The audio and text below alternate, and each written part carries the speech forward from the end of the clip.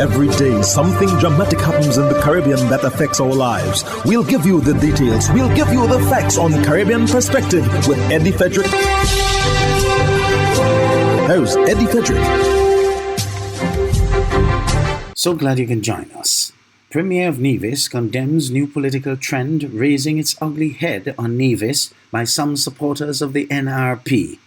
This story takes the lead in today's edition of Caribbean Perspective for Wednesday, 27th September 2023, brought to you in association with our friends at Antillian Group. Details when we return. Believe in our strength, we'll stand by you. Protection from all, perils big and small. Reassurance we give, it's so glad to see. Peace of mind, that's our service guarantee. We look after all our family. Yes, we do at every opportunity. Antillian Group, underwriters of all classes of insurance solutions for your protection and investment. Live well financially.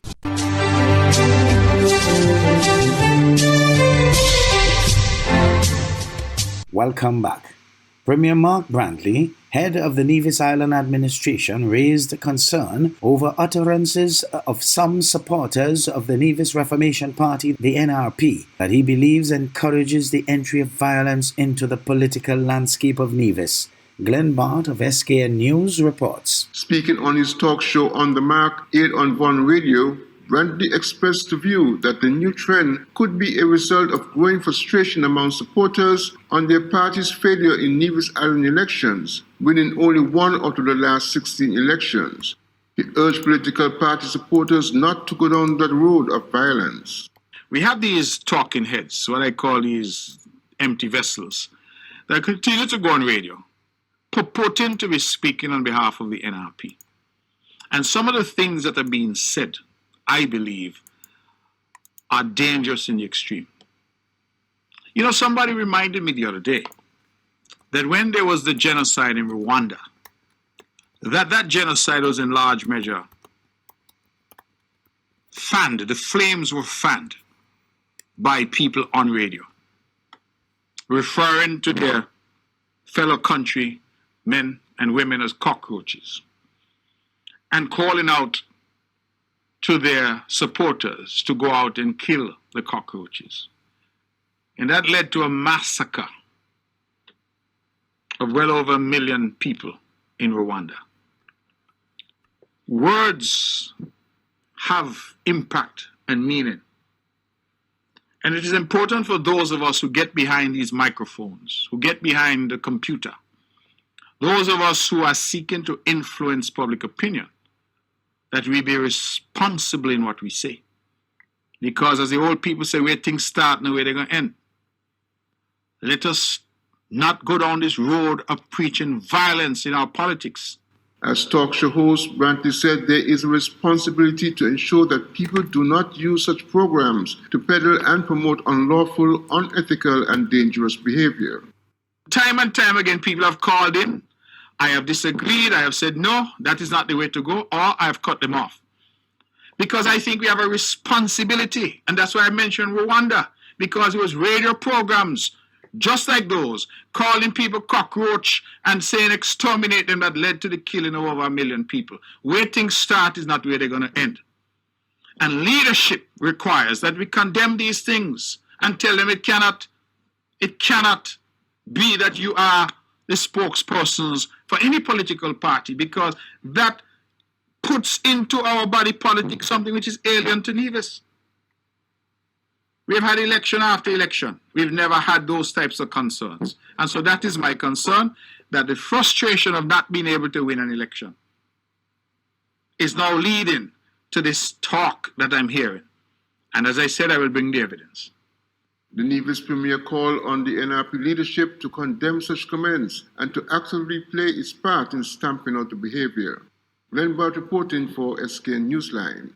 Antigua and Barbuda are again taking the lead among Caribbean countries with a landmark effort to tackle the efforts of climate change.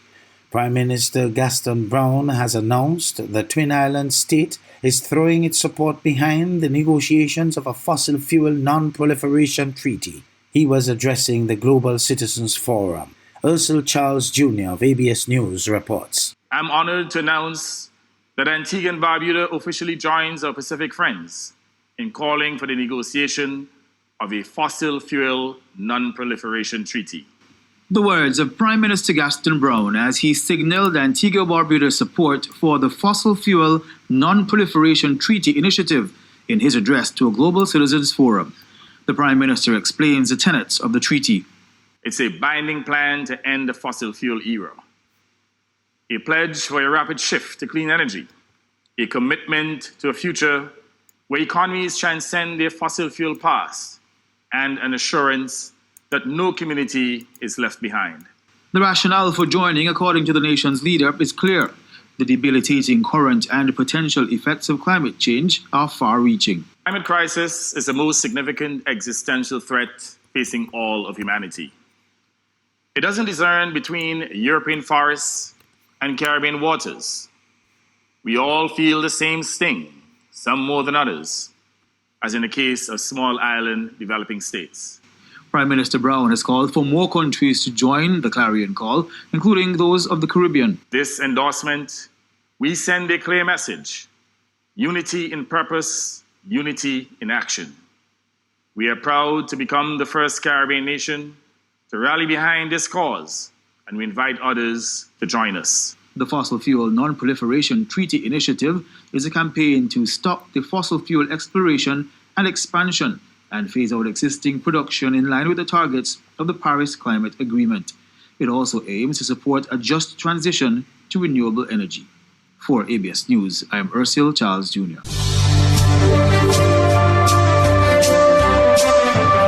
You're listening to Caribbean Perspective with Eddie Frederick. In association with our friends at Antillean Group, underwriters of all classes of insurance solutions for your protection and investment. Live well financially.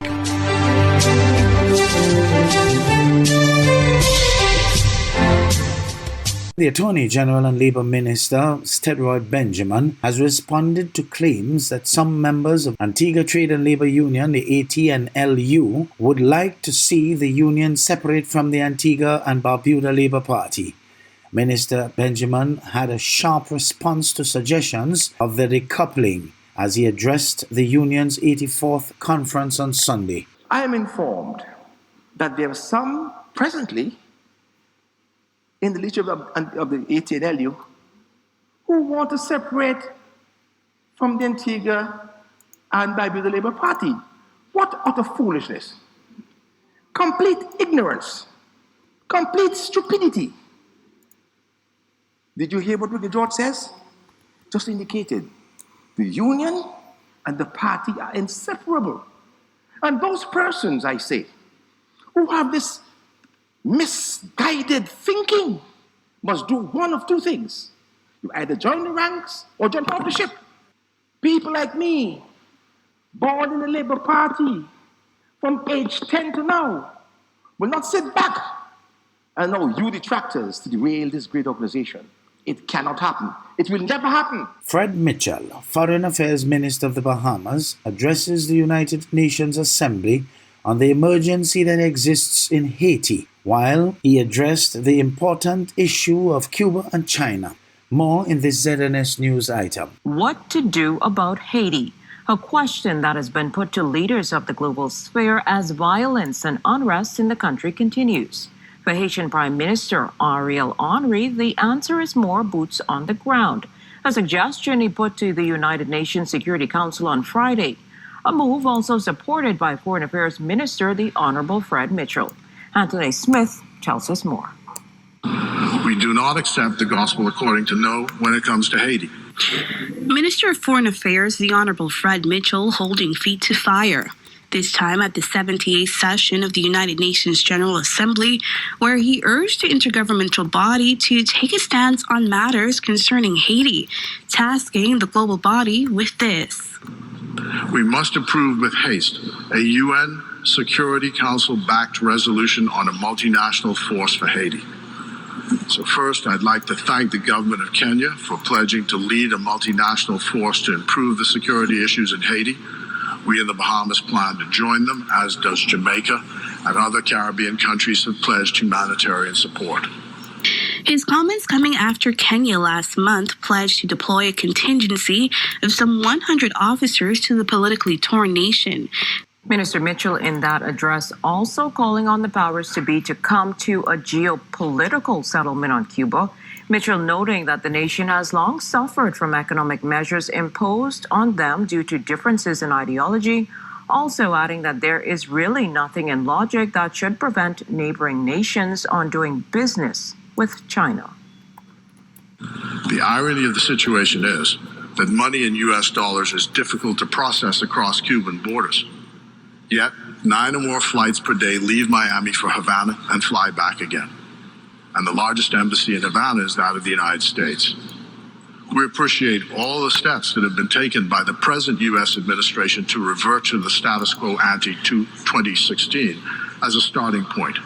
But the most sensible thing to do is to drop all the restrictions and normalize relations with Cuba post-haste. The continuation of the status quo represents a security problem for the Bahamas.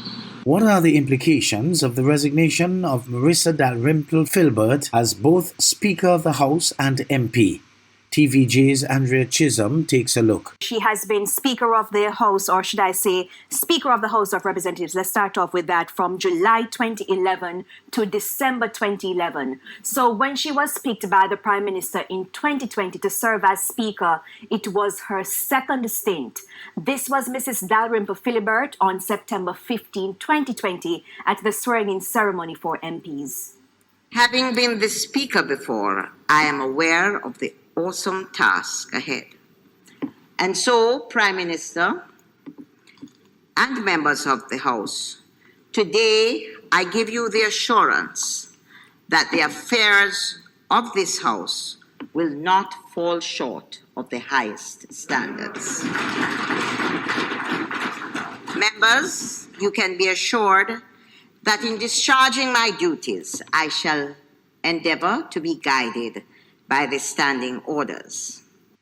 Now that she has announced her intention to resign as Speaker, who will be selected to fill the post? Will Deputy Speaker Juliet Holness be elevated, or will someone else be elected? That information should be made public at the next sitting of the House of Representatives. Now, we must point out that Standing Order number 2, which deals with the election of Speaker, states that whenever it is necessary for the House to elect a Speaker, the clerk shall call upon the House to do so. A member of the House may then propose an individual who is willing to serve. That proposal has to be seconded, and if no one else is put forward, that nominee will become Speaker.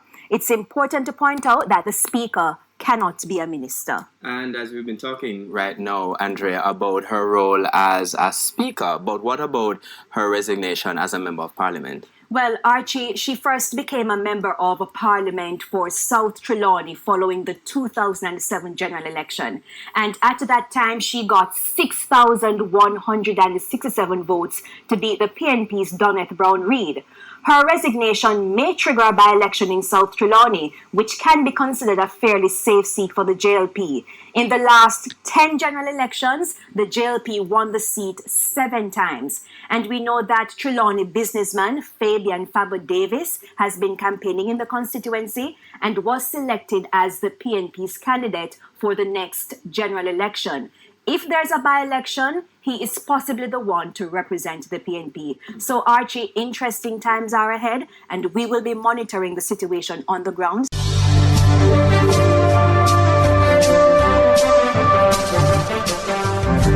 I am Eddie Frederick. This has been Caribbean Perspective, a whole new approach to highlighting developments in the Caribbean. In the meantime, please follow us on Facebook and subscribe to our YouTube channel for daily regional news and more, in association with our friends at Antillian Group. Believe in our strength, we'll stand by you. Protection from all perils, big and small. Reassurance we give, it's so clear to see. Peace of mind, that's our service guarantee. We look after all our family. Yes, we do at every opportunity. Antillian Group, underwriters of all classes of insurance solutions for your protection and investment. Live well financially.